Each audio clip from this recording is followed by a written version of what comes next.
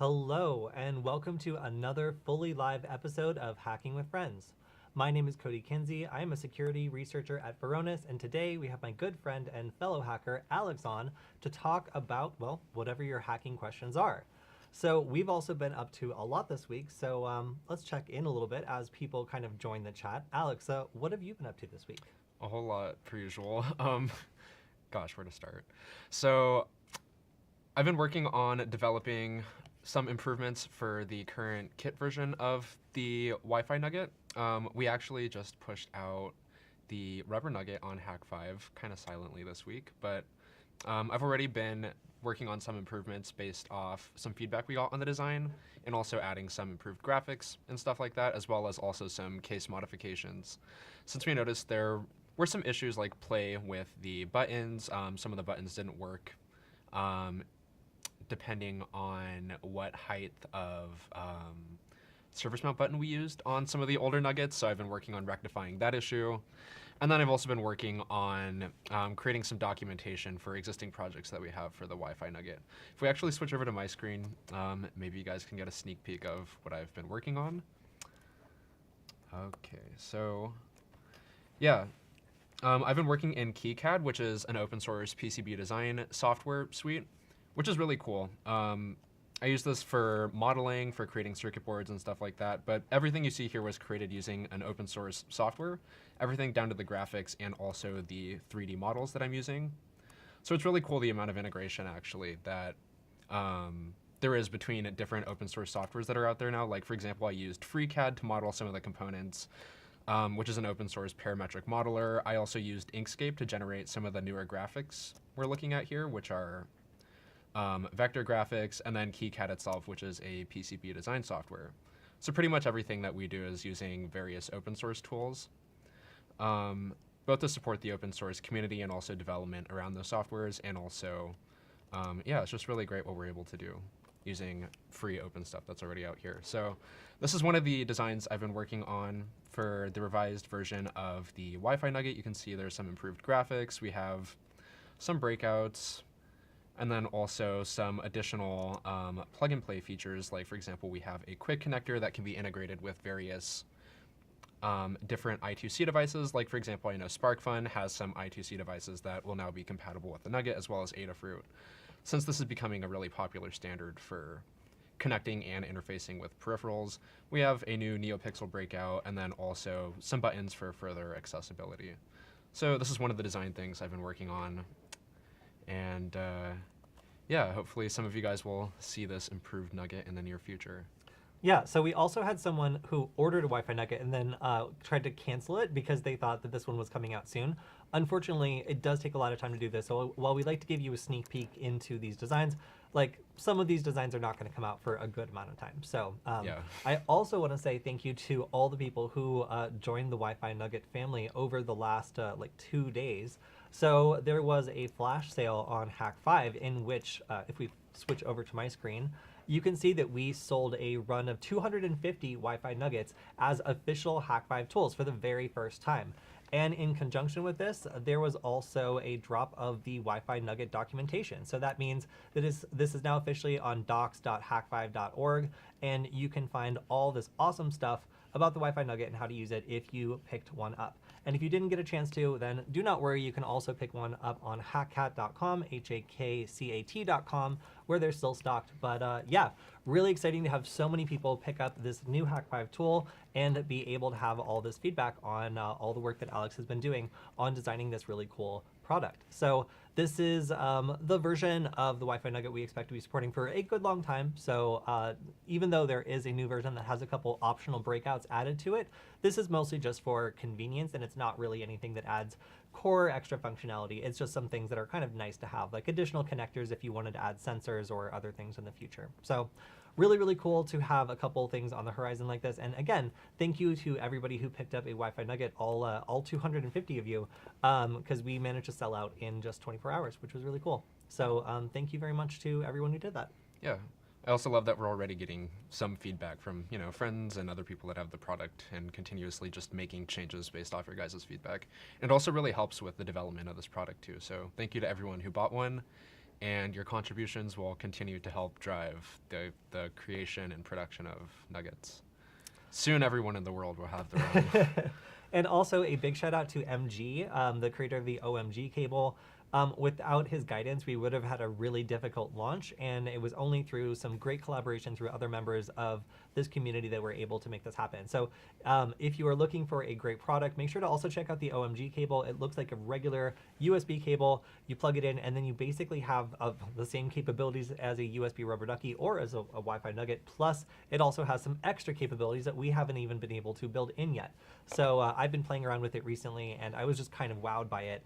And that's the kind of mentor we've fortunately been able to get in order to create our first Hack 5 product. So really big day for us. Launching as a Hack 5 product doesn't happen to very many people. So getting some acknowledgement for all this hard work we've done to make this security tool for anybody who's interested in a cute cat-shaped educational tool is really, really cool. Yeah, I also want to touch briefly on another area that we're working on developing, the ability to customize your nugget. We've also, in addition to creating a new rugged case design that has like a snap fit lock and also is a little more durable, we've also been experimenting with some different colors for the nugget. So for this launch, we did like the color changing purple, which is really cool and my personal favorite, as well as the goth nugget, as you like to call it, the all blacked out one. If you guys want to check out the Hackat store, we have some different case colors available. If you want to make modifications to your nugget, I have that pulled up over here on my screen. Yeah, we have like black and orange available. We're also going to be posting some other colors like black and white and some other popular colors that were requested. So if you guys are interested in making modifications, you can check this out, or you can also go over to our GitHub repository to just go ahead and download those files yourself if you have a 3D printer and you want to start making those modifications. And we're also, if you guys want to contribute, you can just go ahead and create a pull request or something like that. We're always taking suggestions. So you can check that out at github.com/hackhattech/ I think it's nugget cases, but I'll That's a pull it up little here in long. just a All right, so second. if you just go to Yeah. docs.hack5.org, you can find all the instructions there. So All right. if we go over to my screen, you can see docs.hack5.org, and down here, rubber nugget is now a category. You can open that up, and then you have use cases for designers. If you want to add a case design, you can see our selection of GitHub cases in, collection of cases in our GitHub repository. And then for developers, if you want to create a pull request, here's the link to the GitHub repository. And then if you need support, you can always open up a pull request. For example, if you have a feature you think should be added to the Nugget, or if it's broken and doesn't work, we already know that we need to support more languages and different keyboards, so we already got that one. So make sure to check to see if something already exists, but feel free to drop that there. But you can see there's lots of different advanced projects that are supported as well, like Wi-Fi sniffing with CircuitPython, SSDP phishing with Arduino, and then the Damn Vulnerable Nugget, which is a good way for learning tools like OWASP Zap or Burp Suite. So, all right. That is a bunch of cool nugget. Oh, and that's the original nugget you can see in the thumbnail. That's the inspiration right there. What have you been up to this week? So I have been preparing for my RSA talk. So my RSA talk is going to be on creating cybersecurity content. Weird how I'm currently creating cybersecurity content, but that is my job, and I've been doing it for like 4 years now. And in that amount of time, I've managed to create some pieces of content that have done extremely well. If you've seen the Nullbyte channel, you can see that I have videos that have like 3+ million views, and that's a lot of hard work. So I'm doing a presentation on what it's like to create this sort of content and what I've learned. And some of it is going through and learning about, first, what I think are some of the best examples of hacking videos, and then second, how what I think is a really, really good video, how it actually performs and what the breakdown of that is. So I just want to show really quickly over on my screen, this is one of my favorite videos we've ever done. It's defeating facial recognition on Hack 5. This was a very high production quality video we did on trying a bunch of different techniques to see whether or not they were really able to fool facial detection and recognition systems. And overall, it was in front of about 4.3 million people. So for marketing people that are trying to like get their ad out and try to get in front of a bunch of targeted people, that is really, really great, especially when you boil it down to 18.1 thousand hours. That's like more than 2 years of watch time for this episode. So 196,000 views. Like, this is a very well-performing video, and being able to break down like how we did this, what elements made this video popular, and how other people who are looking to make content can kind of find other examples of great content and learn from it is what my presentation is going to be about. So if you have any questions about that, or if you're going to be at RSA, feel free to say hi. I'm not going to be doing any stuff at the booth because I don't want to get sick, but I will be doing a talk there. So if you're there, you'll be able to ask questions, and I guess you can ask them now too. Yes. Yeah, so also, I asked Alex before, but I'm also, for my presentation, if you have a video that you have watched that has changed your perception of cybersecurity, that you think is a really, really good cybersecurity related video, it could be an investigative one, it could be a tutorial that totally blew your mind, please drop it in the chat and I will include it in my RSA presentation. I'm crowdsourcing for this now, because I would like to know what kinds of cybersecurity or ethical hacking videos made you interested in cybersecurity, or you think did a really, really good job of intriguing you or making you want to consider this as a career. So I've got a couple picks. One of my favorite investigative pieces was by Vice News. It's over on my screen now. And it's a video called How Israel Rules the World of Cybersecurity, in which they get a lot of really great interviews and kind of answer this question of why Israel happens to be so good at cybersecurity and how they actually recruit people.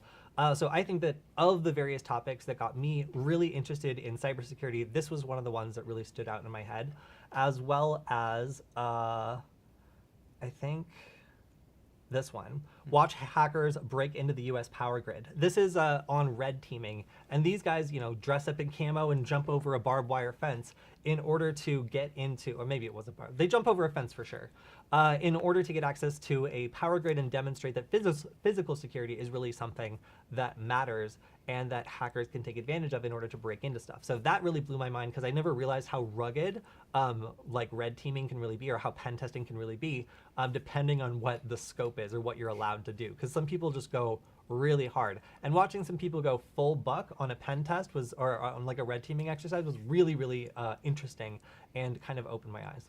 Alex, did you have any videos that you remember that kind of like got you interested? Honestly, a lot of just dry documentation videos I find pretty entertaining.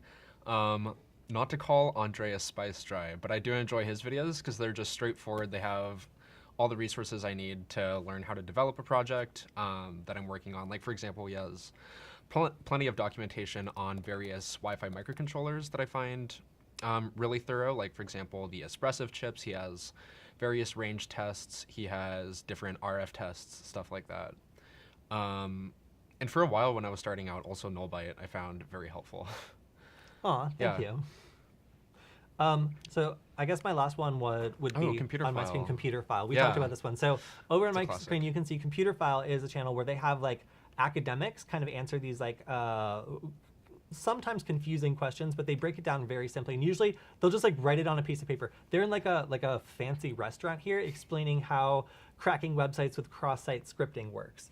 So I really found a lot of value from having like a professor like be like, no, come sit down, I'll show you how this works, and having someone at a university or someone who's really like educated on a topic kind of show you how this works by walking you through it and making kind of these visuals that make it easier to understand. So I really like Computer File. They're kind of, actually, you can probably tell there's some commonality in the way that their graphics look and the way that Nullbyte looks. So when I was creating the Nullbyte channel, I had to go and look for other examples of different channels I really liked. And I really like Computer File. So that's where a lot of the red and green from Nullbyte came from. Hey, nice. Yeah, Another backstory.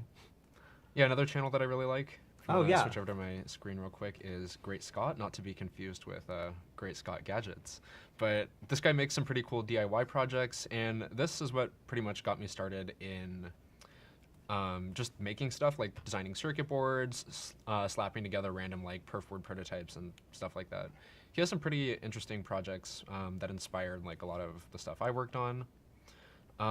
Yeah, they're pretty cool, and I like to spin off some of his ideas and implement some of his DIY solutions and some of the stuff I create. But I find his channel really cool. Okay, so we're going to go ahead and get to the Q&A part of the stream. Of course, we like to check in and let you know what we're doing, just in case you happen to have a question with, again, either Nugget stuff or any of the other research we've been doing. In my case, formative, really excellent cybersecurity videos. So yeah, let's go ahead and answer some questions. And if you have a question live, go ahead, drop it in the chat. But of course, we promise everyone that if their question didn't get answered from last week, that we'll go back and pull them up. So Alex, what's our first question from last week? Cool. So we've been getting some questions on the recent Pineapple focused videos I've been doing. So I think this one was on last week's video, which was a follow-up to the previous video. Okay, so first to preface this, I did a video on how to use the Wi-Fi Pineapple to run karma attacks, which are a type of Wi-Fi attack where you can trick wireless devices into connecting to a rogue access point.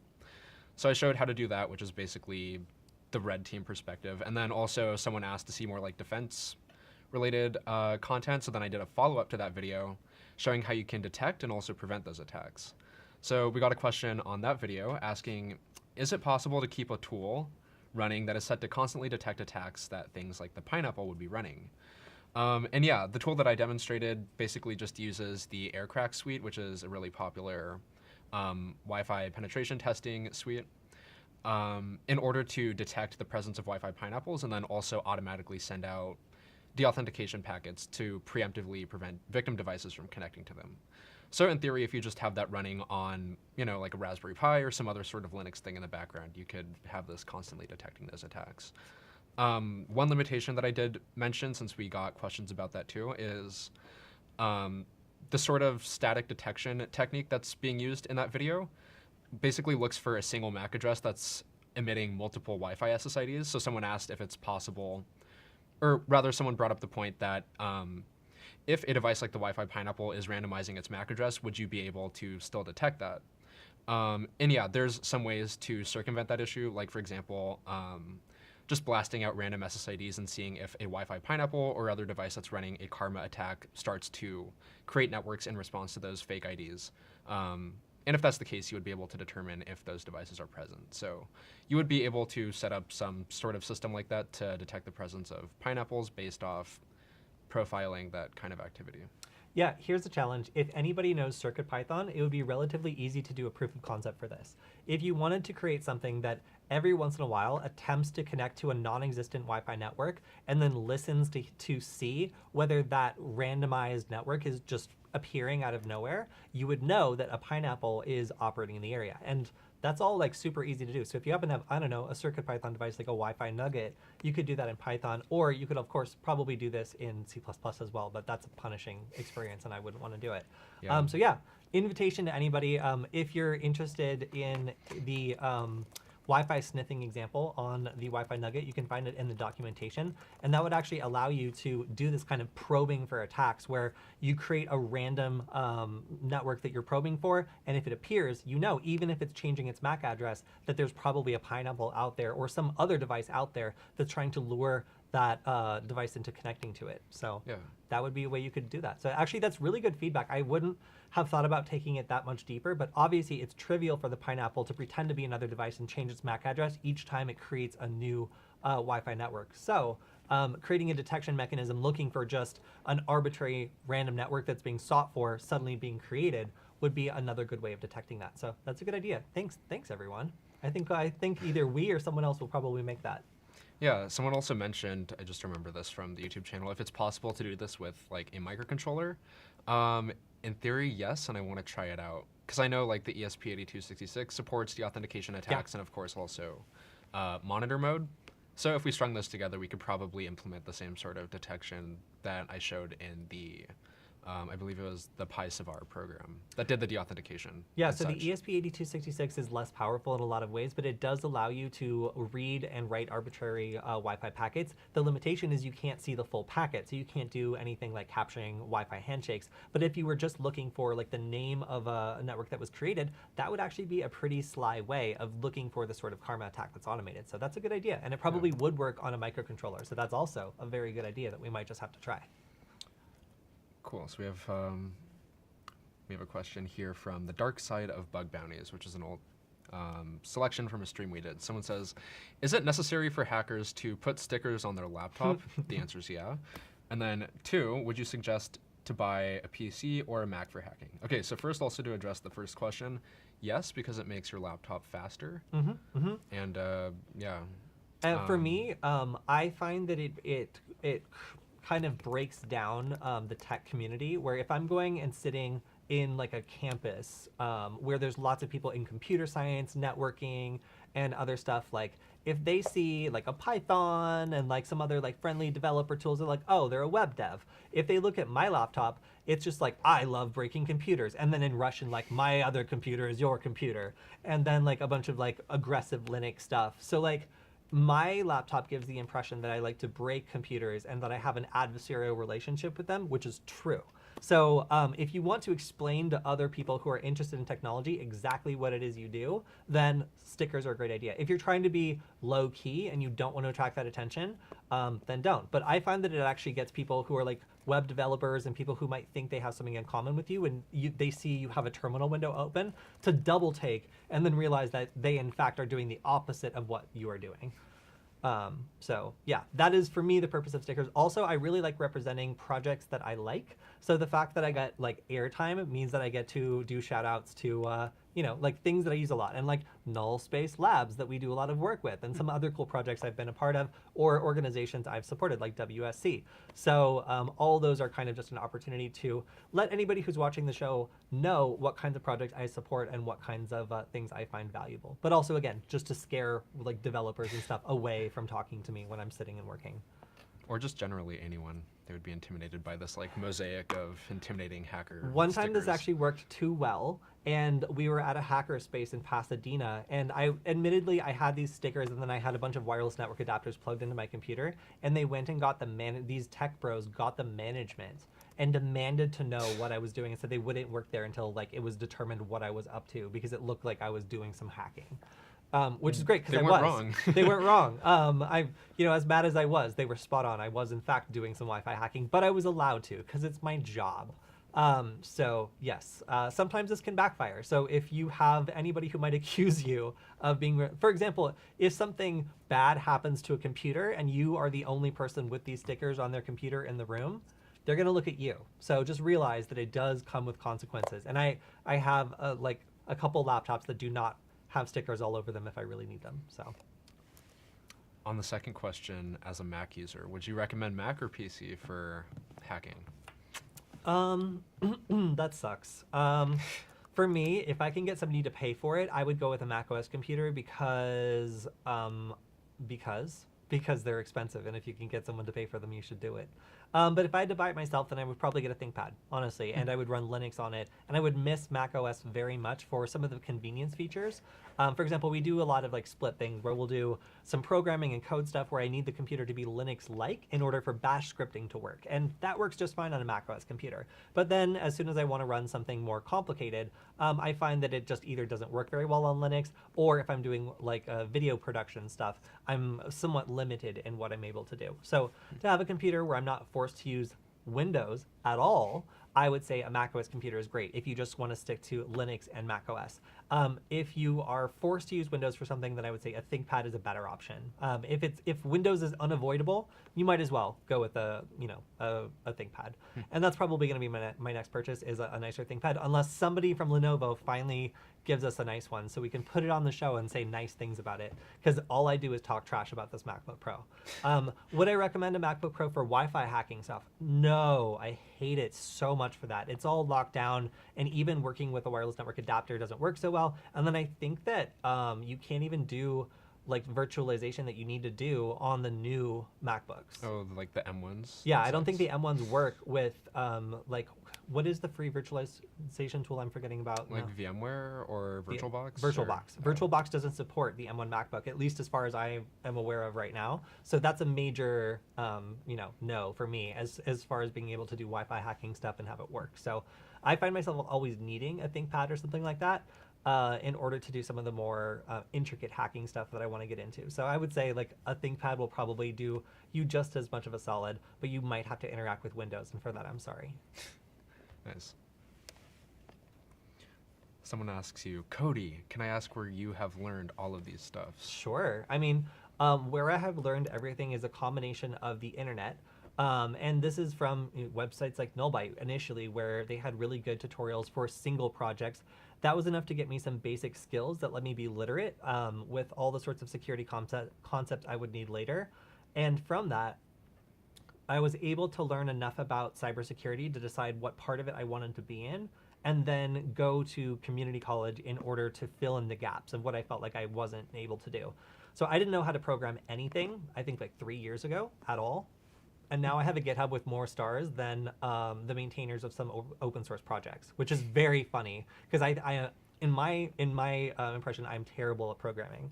So yeah, it's been quite a journey to be able to try something that I never thought I would be able to be good at, figure out that I wanted to be better at a couple particular skills. And for me, that was networking. Well, first it was computer science, programming. So I wanted to learn Python and how computers worked on a lower level. Then once I learned that, I wanted to learn networking and how computers work together. And then after that, I wanted to learn electronics so I could learn how to punish computers physically and make They the already magic punished smoke come themselves out. enough. Yeah, so after, because I was just like, at this point, I need to learn how to take these things down. So I went back to school for those 3 things, and they really were able to, I mean, again, at a community college, I was able to find a couple good professors within those fields that really helped me learn a lot in a short period of time. So that is where I learned all of those things.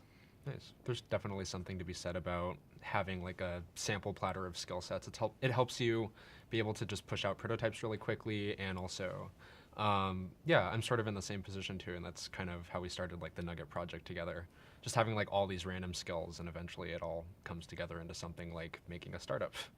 Yeah, Like so ours. there's a question in the chat, which is for you, but I'm going to take it as well, which is, Cool. what is the cost of your schooling, Alex? For me, I'm not Alex, but for me, it was free because in the state of California, they have the Board of Governors waiver where your school is effectively paid for if you qualify for it and you live in the state. So you can go to community college completely for free, and that's the only reason I was able to afford it, because otherwise I would not have been able to like have work all the time and then also pay for school while maintaining an apartment and doing all the stuff I needed to do.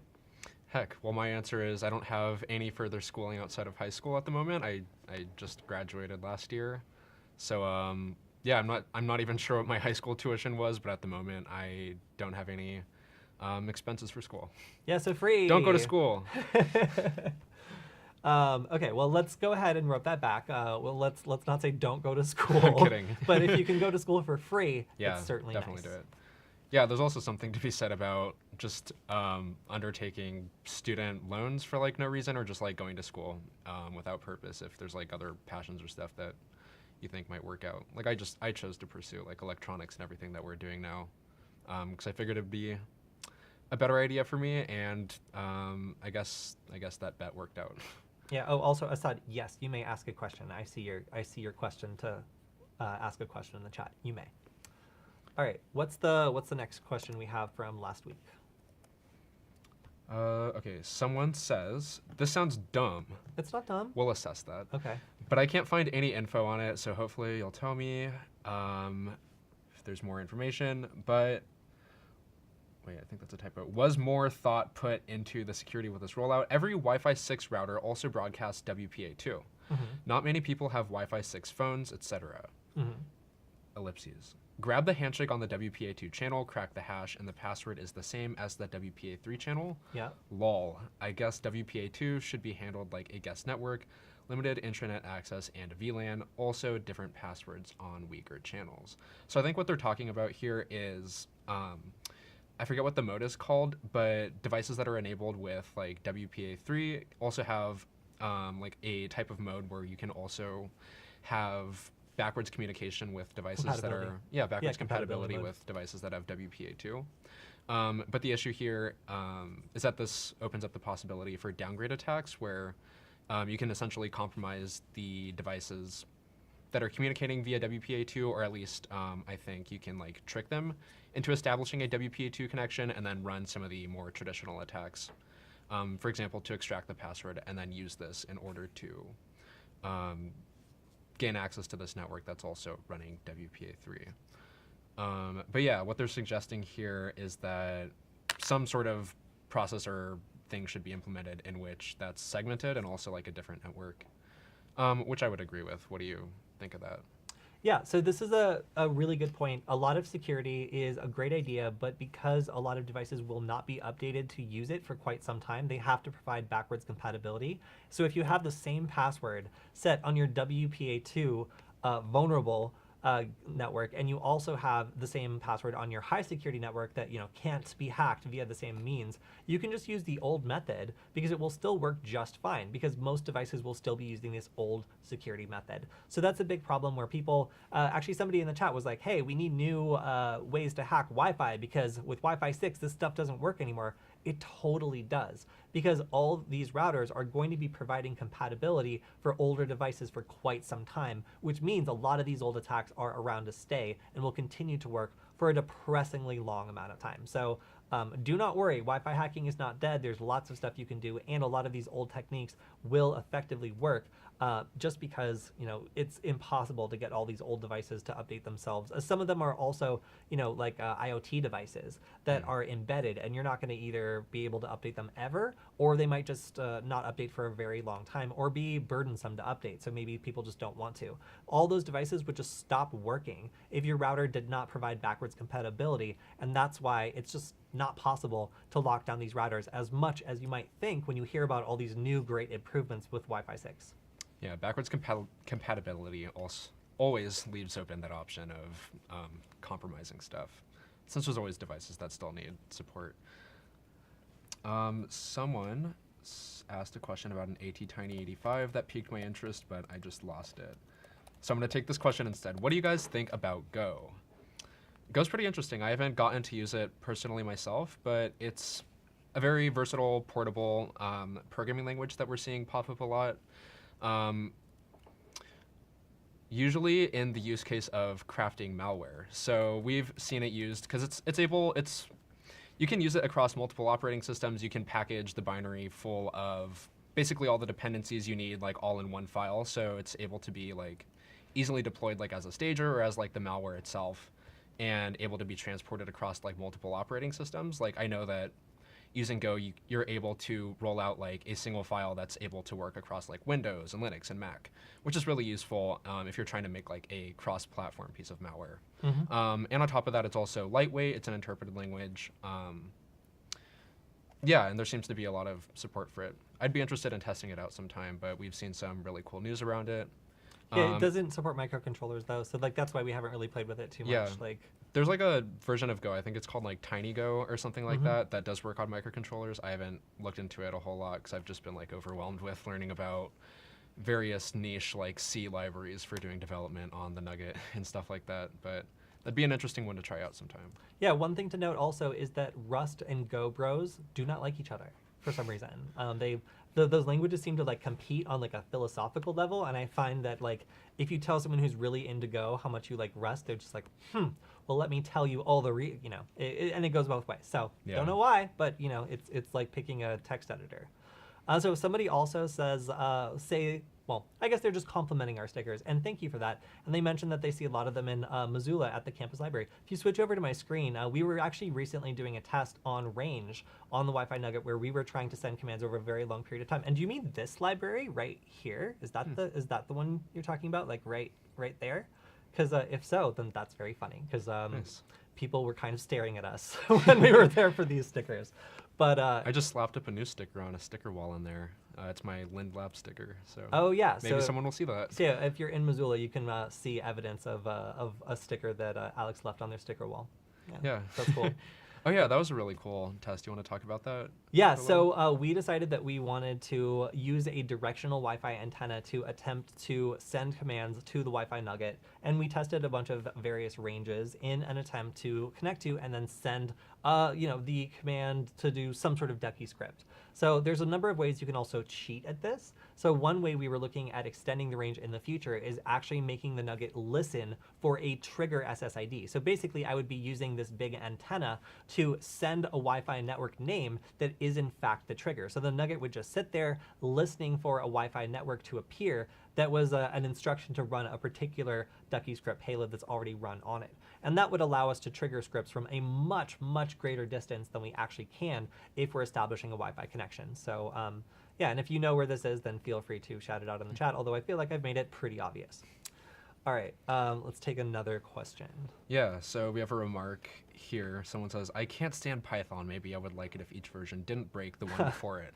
Yes, I fully agree with that sentiment. One issue I ran into with just the last demonstration I did for the Wi-Fi Pineapple detector, the software was written in Python 2, so there was just like an absolute redacted word I was going to use. It was just horrible having to install like all the dependencies that were necessary in order to run that.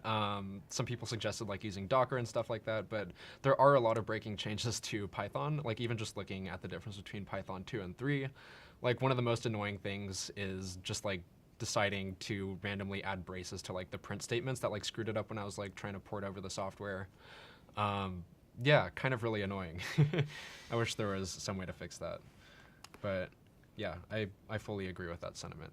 So there's one question in the chat, and this is concerning the WPS pin brute forcing attack. So there's a lot of different routers that will support the WPS setup pin, and this is something that I don't understand why you need it, but apparently, like it's something that lets you use a pin that's printed on the back of the router to get into it and reset all the information. It basically gets you in through a back door.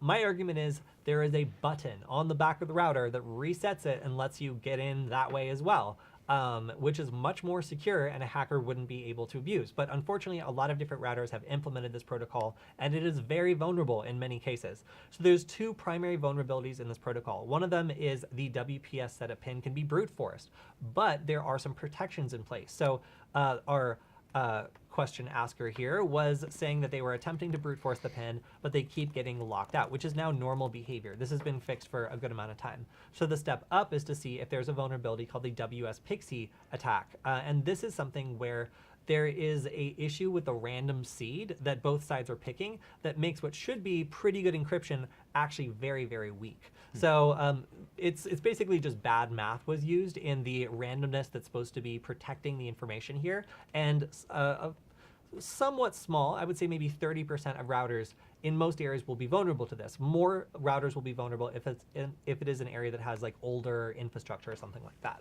So I would say this is the attack flow. First, you see if it's vulnerable to brute forcing, which if it is, that's the low-hanging fruit. If not, which it seems like is not the case in this, I'm assuming they're attacking their own router, because that would be the legal way of doing this. If that's not the case, then you move on to using a tool like AirGetIn, which would be able to use either WPS Pixie or another tool. I think there's two different tools packed together that will allow you to assess whether or not it's vulnerable to the Pixie Dust attack. And if that doesn't work, you can step it up and use AirGetIn, or there's a number of other tools that will execute a Wi-Fi phishing attack. And that's where you pretend to be doing an update and basically phish the user into giving you the password.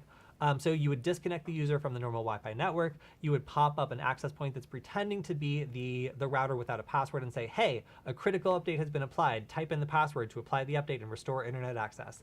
And most people will just type in the password and press OK, and boom, it works. And there are even some that are so sophisticated, they'll take the password that the user supplies and attempt to use it to connect, or well, actually, first they'll get a handshake, and then they will get the user to type in a password, and they'll check it to see if it matches against the handshake. So they can say, no, sorry, wrong password, if the user doesn't type in the correct Wi-Fi password, which is really clever and really cool, and usually convinces the user that it is in fact their own router that is asking for the password, because it knows when they give them the wrong password. So like, oh, it already knew the password. Well, no, it actually just had a handshake of a device connecting to your network, and then when you give them the password, they're able to hash that and see if it matches.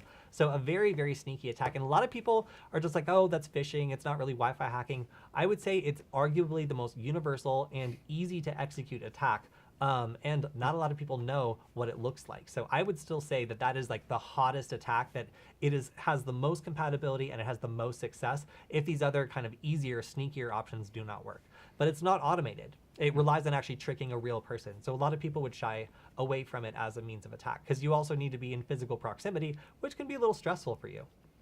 Yeah, I would still argue that social engineering falls largely under the purview of what's considered hacking. I think that's like a really versatile thing to do.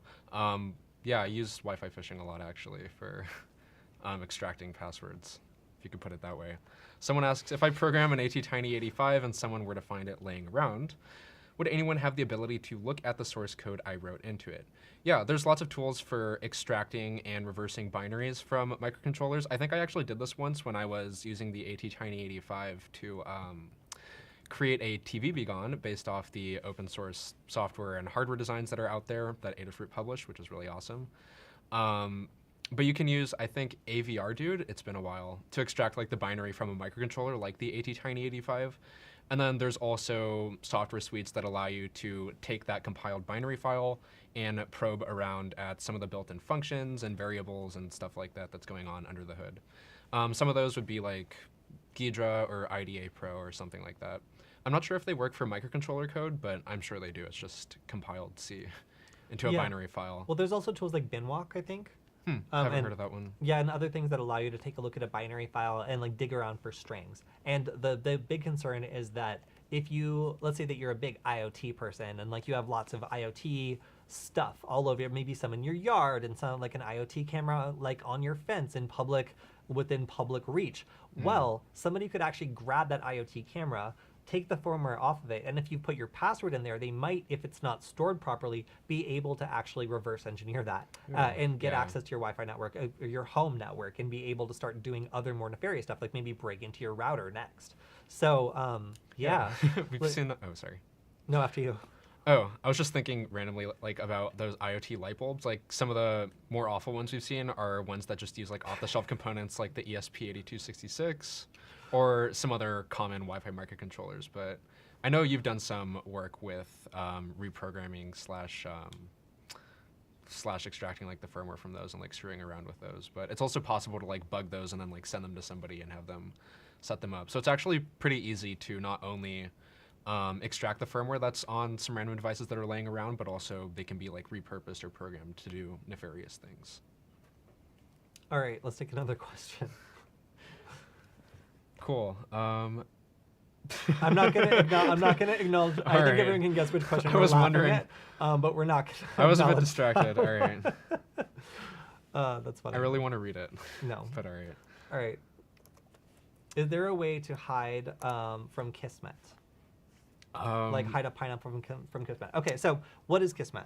Yeah, so Kismet is a tool that allows you to monitor Wi-Fi traffic and also basically sniff Wi-Fi packets and things like that around you. And it's also able to be used for war driving. So that's what I've mostly used it for. You can use it to basically profile Wi-Fi devices around you. You can drive around while having Kismet running on like a Raspberry Pi or something like that and create a physical map of where Wi-Fi devices are located, as well as attributes about them like the type of Wi-Fi encryption they have. So you can create like a map of vulnerable networks. You can see what devices were where at like what time and look back at that in the future, like for whatever research you're doing. But yeah, you can basically use it to snoop around on Wi-Fi traffic. And they ask if there's a way to hide the Wi-Fi Pineapple from Kismet.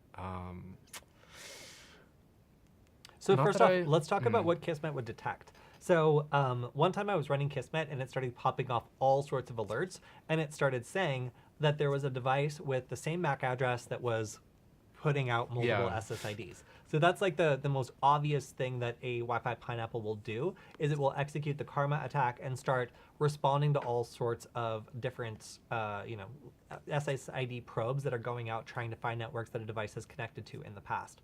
So that's the first thing that it will detect. So if you turn off the karma attack and you turn on the Pineapple and it's passively scanning, and then you're executing relatively limited attacks like against like Wi-Fi networks, I think that, for example, if you were sending like 1 or 2 deauthentication attacks, like where it's literally just 1 or 2 packets and then grabbing the handshake, or just passively waiting for the handshake to drop naturally when a device connects to that network, then that would be a pretty good way of avoiding detection, because it will also detect deauthentication attacks, and it will certainly detect the combination of deauthentication and disassociation attacks that a Pineapple will typically run.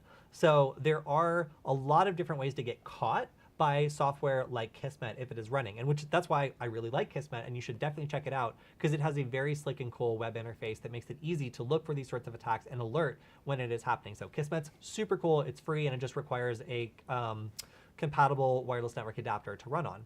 However, if you are running your Pineapple completely passively, again, you are just waiting for a device to connect to the network when someone comes home, and then grabbing that handshake, cracking it, and then doing all sorts of bad stuff by connecting to the network, it would be really difficult for Kismet to detect that you are a Wi-Fi Pineapple. at that point, you would just be some mystery thing, but you could also spoof the MAC address of a device that had been there the day before, and it would not even look like a new device was joining the network. So there's a lot of things with a Pineapple you can do to be sneaky, but you just need to be aware of how you would get caught. You would be caught by maybe having a device that's never joined that Wi-Fi network join suddenly, like a new MAC address that's never joined before. Especially if it has a manufacturer that's alarming, that hasn't been a part of that network before, that the person might see and be like, wait, I don't have a device of that manufacturer. Why did it just join my network? But again, if you wanted to just look for devices that were joining the network, wait until one of them was gone, spoof your MAC address to be the same as that device, and then join, it's pretty likely that it wouldn't be possible to detect that. And it would be very, very hard to figure out that somebody was hacking you in that way. So there are ways of doing this that would be more passive and wouldn't be detected, but you just need to keep in mind all the different ways you could get caught. The karma attack, the deauthentication attacks, and then the new MAC address that's poking around and maybe joining a network. Let's see. Someone says, I drive around with my battery pack and some other things like Kody said he did in LA, I think. I think they're referring to war driving, possibly Yes. with the Pineapple or something like that. Yeah, war driving is a favorite pastime of ours. Yeah, so one of the things that I used to do was first I would build maps based on where all the different Wi-Fi networks were. So I could run a query, basically this. I could walk all around the city and drive all around the city and get the location of wireless networks for businesses, homes, and stuff like that. And then I would get on the subway in Los Angeles and I would start sniffing for different probe requests that were coming out.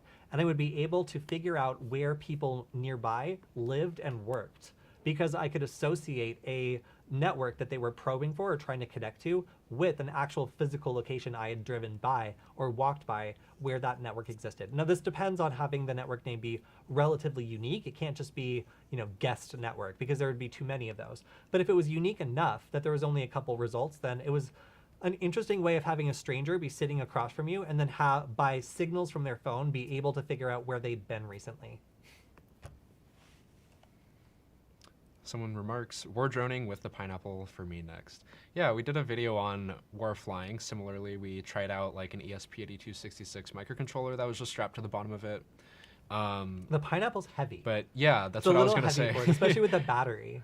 Yeah, it was already strenuous enough for our little drone to carry the rig that we created with the microcontroller.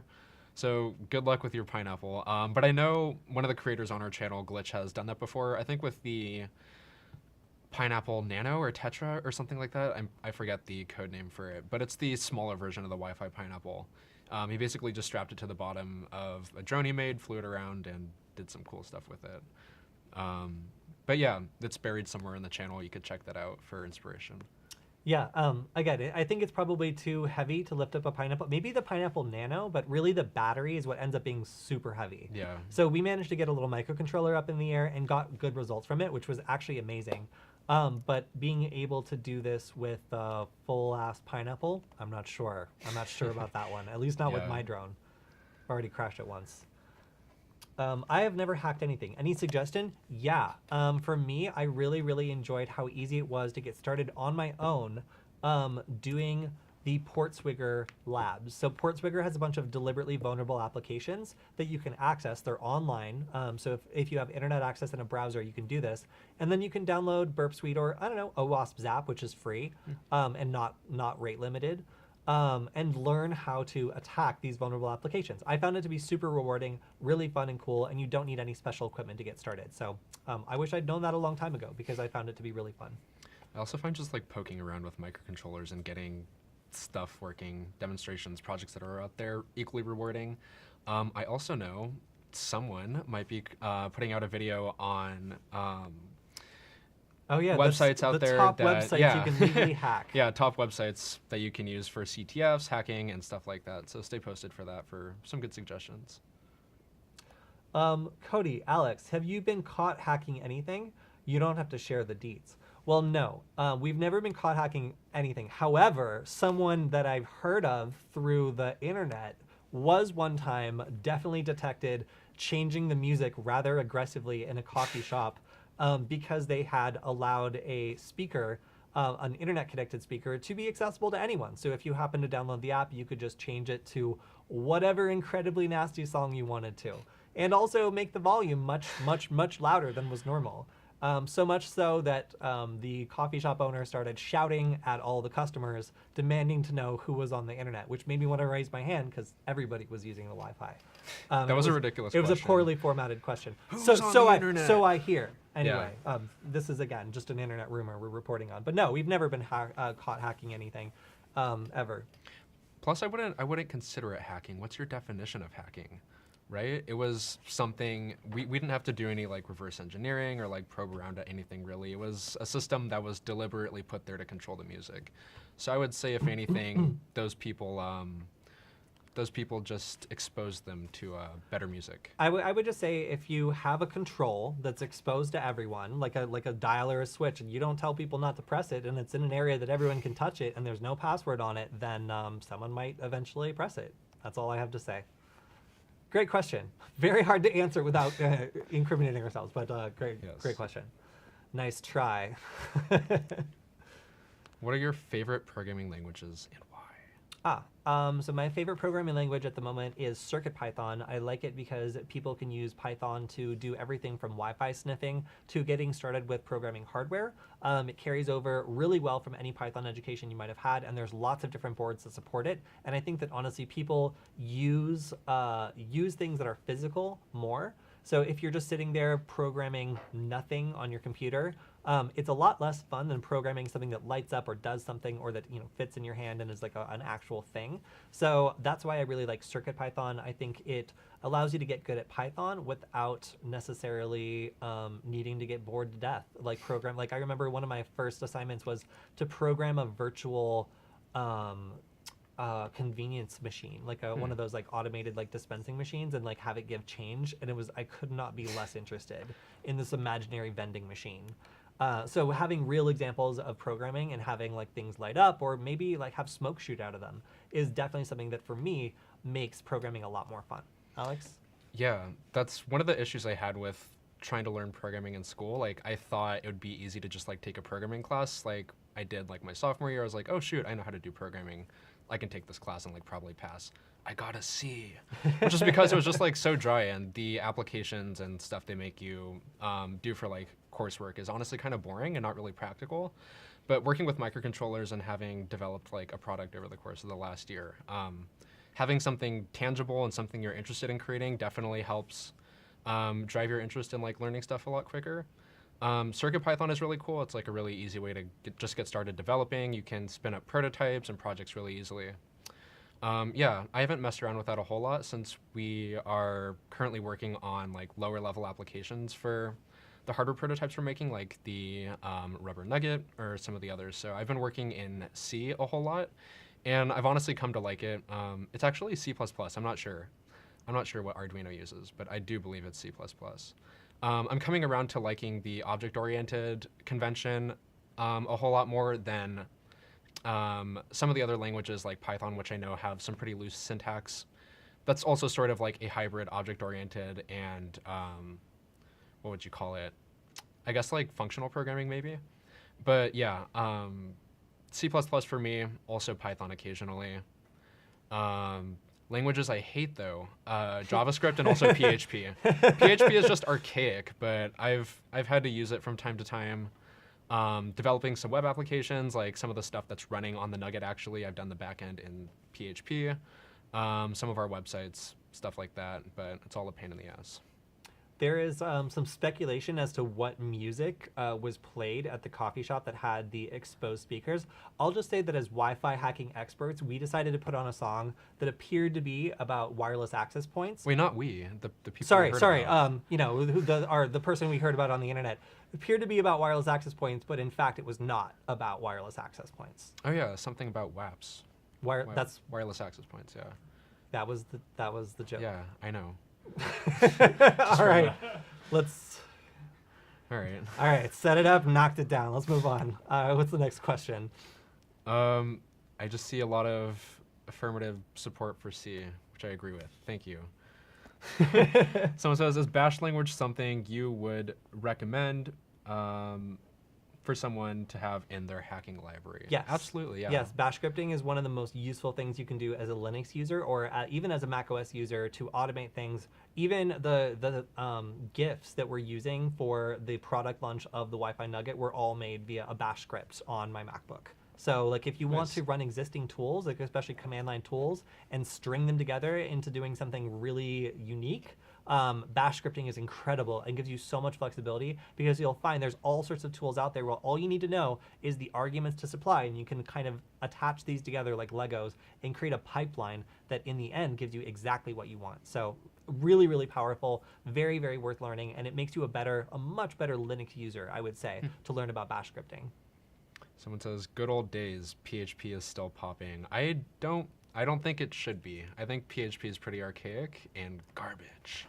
I honestly Whoa. prefer Whoa, prefer that's so Python aggressive. for backend. Sorry to roast you like that. I just hate PHP. Alex has had some recent trauma with PHP, so if anybody in the PHP community is affected by these comments, I just invite you to have a little bit of sympathy for what Alex has been through recently, having to rush design a web interface on a microcontroller. PHP actually stands for programming hell. I don't know what the last P stands for, but Okay. yeah, All right. PHP should not deserve to exist. In your opinion, what is the best Wi-Fi adapter for pen testing? I like the PAU, the Panda PAU something. It's like I actually have it in my backpack. It's real tiny, but Panda has some pretty good dongles. They have both 2.4 gigahertz. They have dual band ones that look all fancy and have like horns on them.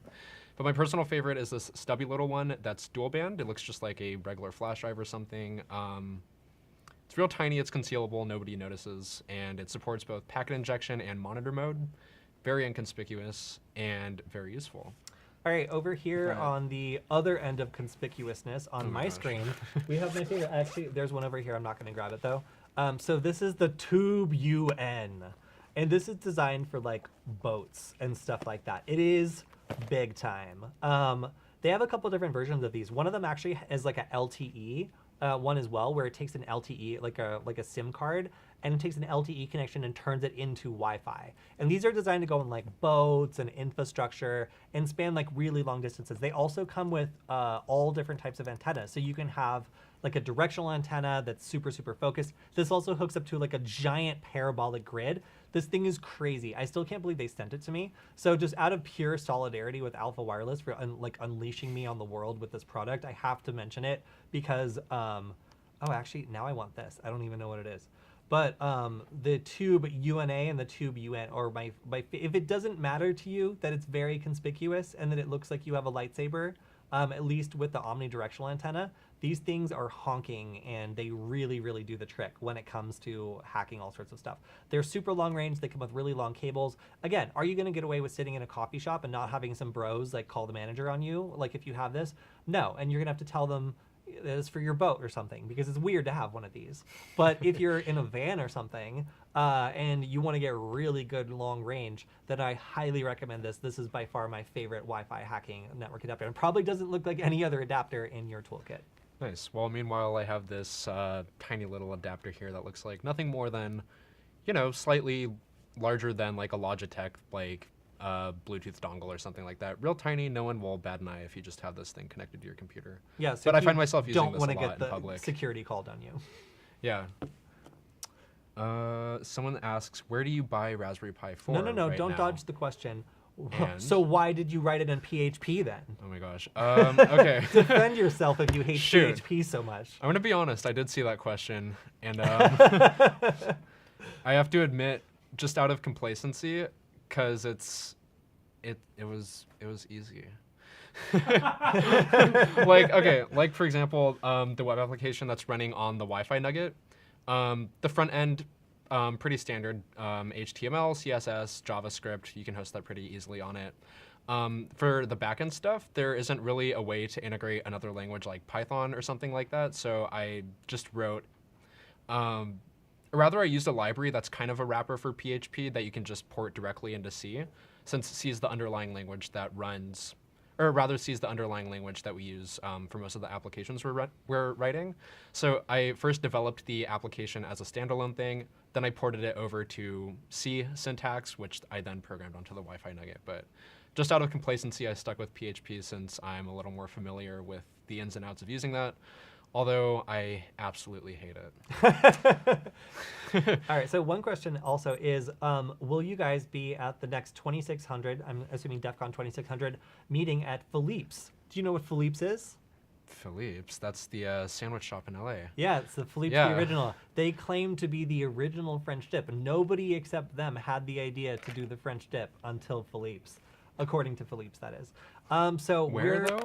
Yeah, we're not in Los Angeles at the moment, but actually we will be after the RSA conference for at least a couple weeks. So if there is a meetup, at The Philippe's, Philippines. What? Wait, Philippe's? Philippe's. All right, Philippe's it is. Yeah, Great. yeah, the original. All Yeah, right. so if there's a meeting while we're in Los Angeles, yes, we will finally check it out. Although we also spent a lot of time at Null Space Labs last time. So if you want to catch us in Los Angeles, Null Space Labs, their open night is a good night. And then also we always try to do classes there, as we will when we visit next time. So check that out too. Nice. Oh yeah, regarding the Raspberry Pi question, where can I get a Raspberry Pi 4? Don't do it. They're actually like really expensive now. One of our roommates actually No, avoided. Huh? Adafruit. Are they like full Yeah, you price? have- I mean regular price, like $35. For the 'Cause most they're- part, yeah. So there's a couple of different places you can buy them. I know they were like driving up the price real bad, but nice. Well, scalpers are driving up the price. So if you try to get Oh, it on interesting. Amazon, you'll get scalped. But right now, do you remember how Adafruit is forcing you to use 2FA in order to place an order them? Oh yeah, that Yeah. sucks because I used to bypass getting like one Raspberry Pi Zero like per user just by using a different email. Not anymore. Dang, I man. guess too many people decided to do that. So there are a couple stores that have severe restrictions. You can't just go on Amazon and buy one, but I would say Adafruit at least had them the last time I checked, and they were at a normal price. So, but just be aware that there's going to be a continual shortage on these, so they might not last. Oof, yeah. Oh yeah, some people are a little confused. No, I'm not too serious about not getting one. There are some alternatives out there though, like the BeagleBone or like the Udo modules or like Latte Panda or some others that are also reasonably priced, but I guess there is still some availability if you're looking to buy. If I want to Raspberry be Pis. like gatekeeper, I can be like, operating systems are for babies. You got to get a microcontroller and manually program everything. Now, bash scripting, Linux, that's too fancy for me. But no, in reality, it's just really hard to get them right now. Yeah. So, yeah. Although I will say there are some other modules you can still get, like the Raspberry Pi 400 is still ready to boy. go. So if you want one of those things, I don't. But, you can still get them if you need a Raspberry Pi and want one at a reasonable price. So. Someone asked, why couldn't you serve it from Pi, the backend that we're doing on the Rubber Nugget? Yeah, running an interpreted language on a microcontroller that's already running some compiled code would be an absolute nightmare, but for resource purposes, obviously. So I just stuck with something that's compiled and would be a faster solution. Yeah, well, I mean, also... That would require like porting a whole other language. Yeah, to and it. also it's like the hardest thing to get right now. So if we had built our entire thing on a Raspberry Pi, we would be in trouble right now. We would be in a lot of trouble. So yeah, that's Oh why... wait, they're talking about Python. Sorry, not the Python. Raspberry Pi. Okay. So we had another question, which was asking about the new powered off iPhone hack. Can you explain the ramifications? I haven't seen that yet, actually. All right, so... Maybe we'll cover it though. So the problem with the powered off iPhone hack is that the Bluetooth chip here was not doing like code signing and also wasn't fully powering off when the phone shuts itself off. So that means there's still something running, and this is probably due to Apple's desire to be able to find a phone if it's lost. So you know how they have AirTags and you can find like your like AirPod Pros or whatever, like that same system works with phones. So when a iPhone is off, it's actually still beaconing on Bluetooth to enable it to be discovered if you got drunk and threw it in some bushes or something like that. So this is a really great feature if that's what you're looking for, but also means that if there's a chip that is not doing code signing that is running even when your phone is off, it makes it possible for a malicious actor to target that as what they are going after. So a really interesting attack because we've seen other things. I think the last one was Broadpawn that was attacking the Broadcom chips that do Wi-Fi and Bluetooth in tons of different mobile devices. This is not exactly the same thing, but the fact that it is targeting a system that everything else is shut down, and that's the only thing that's really the attack surface at that point, is very, very clever. And it just goes to show how this sort of integration of other chips into a larger product can be problematic when the firmware on those chips are actually the target of an attack. Yeah, no, that's been around for a while. There's like some slight controversy about the fact that like Bluetooth Low Edition is just like always on with Apple devices, but I didn't know there's like a new vulnerability out around that. And somebody else asked, has anybody hidden USBs inside their case to make a low visibility hacking device? That's not a bad idea. I mean, a lot of these things could be just like flattened to make it like perfectly flat and fit inside of a case. But I would say you'd probably run into overheating issues eventually. Yeah. I have hidden stuff like Wi-Fi reconnaissance modules inside of like wall chargers, keyboards, mice, and stuff like that. The first video that I did on this channel was covering a tool I made called the ESP bug, which was just basically the smallest ESP8266 form factor that's out there, which is the ESP01 module. But one of the old proof of concepts I made was just an ESP01 module that's hiding inside of like a USB wall charger, or you can put it inside of a mouse or a keyboard or something like that that's just drawing passive power from it. It gathers Wi-Fi reconnaissance on nearby networks and devices to see like what sort of devices or people are going in and out of the area. And then every 30 seconds, it'll take that data capture and code it into a JSON string and then upload that to a local web server that I can then use to extract that information and do various things with. But yeah, it would be a cool idea to hide other stuff inside of things. And I'm very intrigued by that idea. Yeah. So somebody also asked, what's the best antenna? So we already talked about what the very best like wireless network adapter might be. And as you know, I'm a huge fan of the TubeU. But what about the best actual antenna? Well, okay, here's my vote. If subtlety is not an issue, then I sure do like this giant parabolic antenna that actually comes in two parts because it's like so big that the box would be huge if they didn't like fold it down. Oh my gosh. So they sent me one of these and I was able to get crazy amounts of range, but it does again hook up to the TubeU, so it needs like a kind of interesting little connector in order to work if you were going to try to connect it to something smaller. Nice. So again, if you got a surveillance van or you don't mind, I think I set up in like a cemetery one time with this for like a video and people were just staring at me. So if you don't mind the stares, then this is by far the best long-range antenna that I personally have used. It's got to be the weirdest way to have a seance and communicate with the dead and just like blast Wi-Fi signals down at them. Yeah, and also there is the simple Wi-Fi Yagi antenna. Oh, we that one I used also that. like a lot. We used that for, do you still have it open on Twitter? That's the one we were using for the long-range Oh, Wi-Fi yeah. test, yeah. Yeah. Thing's real cool. I do, I think. Yeah, so if you look on my screen at the beginning of this little GIF loop right here. No, I missed it already. Too slow. Yeah, that is the long-range adapter we were using for that test. And it also gets really good range, and it's much more compact. It still gets a lot of stares, but it is not nearly as suspicious as a giant parabolic antenna. Nice. Okay, well, I think that's just about all the time we have this week. Thank you, everyone, for the feedback and for the questions. Again, thank you to everybody who picked up a Wi-Fi Nugget on the flash sale. And if you want to join all of the new Nugget owners, you can still pick one up on hackcat.com. That's HAKCAT.com, because they are sold out. Let me check. Yeah, take a look at that. Hey, you can see nice. that they are sold out on the Hack5 store for now, but don't worry, we will make sure that they are restocked within probably the next month or so. You'll still be able to pick them up on the HackHat website, though. Yep. So thank you, everyone, especially Zam, for keeping the peace and providing some excellent questions to answer. If you didn't get your question answered, or if you're watching this on replay, make sure to leave a comment under the video, and we will answer it next week. And yeah, Alex, thanks for joining us as well. Yeah, of course. Cool. Stay safe and don't do cyber crimes. All right, don't do cyber crimes. We'll see you next time. Bye.